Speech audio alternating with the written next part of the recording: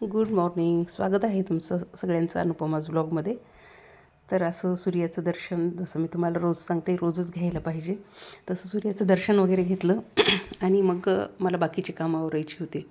सगळं आवरल्यावर जेव्हा सकाळचे माझे स्वतःची कामं आवरतात तेव्हा मी वर जाऊन सूर्याचं दर्शन घेऊन येत असते. आणि खूप प्रसन्न वाटतं जेव्हा असं सगळं वातावरण होतं ना, तेव्हा खूप छान वाटतं.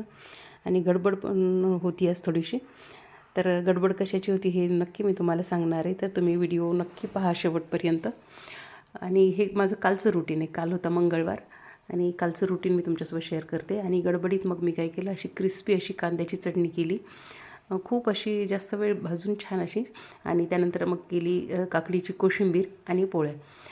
हे गडबडीत करून घेतलं कारण माझ्या मागे थोडंसं तुम्हाला सांगितलं की आज मंगळवार असल्यामुळे माझी इच्छा होती की पेडगाव येथे दर्शनाला जावं. परभणीपासून एक 10 किलोमीटर अंतरावर पेडगाव हे गाव आहे.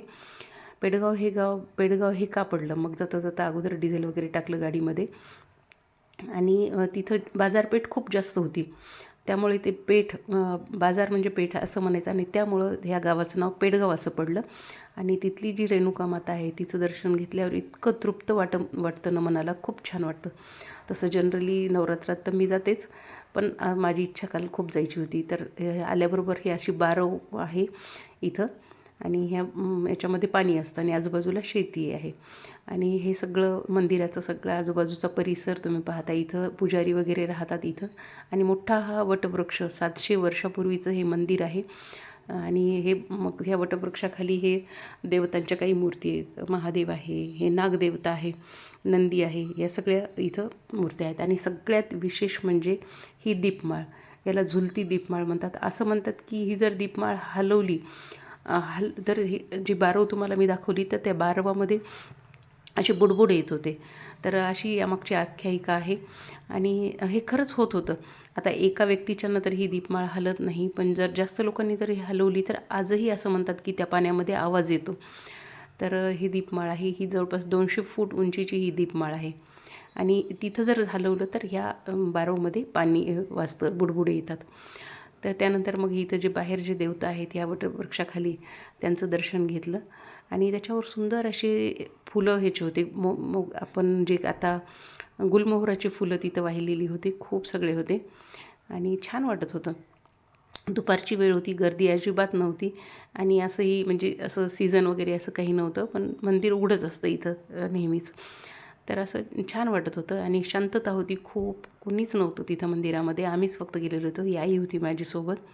आणि हा मंदिराचा समोरचा सभामंडप.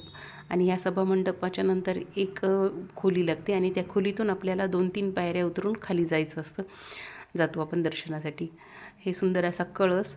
आणि दुपारची वेळ असल्यामुळं असं सगळं वातावरण असं झालेलं होतं. आणि ही रेणुका माता, प्रसन्न असं तिचं तांदळा इथं आहे. आणि छान वाटतं इथं दर्शन घेतल्यावर, खूप कृतार्थ वाटतं. आणि अचानक ठरलं होतं, त्यामुळं म्हणजे साडी वगैरे काही घेऊन जायचं असं काही माझ्या म्हणजे लक्षात आलं नाही. तर पण जे काय आहे मान सन्मान मी ह्या रेणुका मातेचा केला. आणि तिथं खूप छान वाटलं, बसले थोड्या वेळ. आणि हे बाजूला सगळे कांद्याची शेती आहे, तुम्ही पाहताय. मंदिराच्या एकदम बाजूला हे बी तयार होते कांद्याचं. हे इतकं सुंदर दिसत होतं लांबून की असं वाटत होतं की हिरव्या हिरव्या हिरव्या याच्यावर हे काहीतरी असं बसवलेलं आहे, पांढरी पांढरी शुभ्र. आणि हे दर्शन घेऊन आम्ही आलो परत परभणीला, कारण 10 किलोमीटर अंतरावरच गाव आहे. आणि मग ठरवलं की आता घरी जायच्या अगोदर भाज्या घेऊन जाऊया, म्हणून असं गेले भाज्या घेण्यासाठी. हे सगळे शेतकरी इथं विद्यापीठ गेटच्या बाजूला बसलेले असतात. मग भाज्या घेतल्या, सगळ्या छान भाज्या होत्या, फ्रेश अशा. आणि वातावरणही थोडंसं परभणीचं वेगळं झालेलं होतं, आभाळ पण होतं आणि वाराही सुटलेला होता. तर छान अशा भाज्या दिसत होत्या, सगळ्या फ्रेश अशा. आणि सुंदर सुंदर भाज्यांचे कलर संगती हे खूप छान वाटत होती. मग 2-3 भाज्या घेतल्या आणि परत आले घरी. वातावरण असं दिसत होतं, नेमकी शिवजयंती झालेली होती. कसं वाटलं तुम्हाला?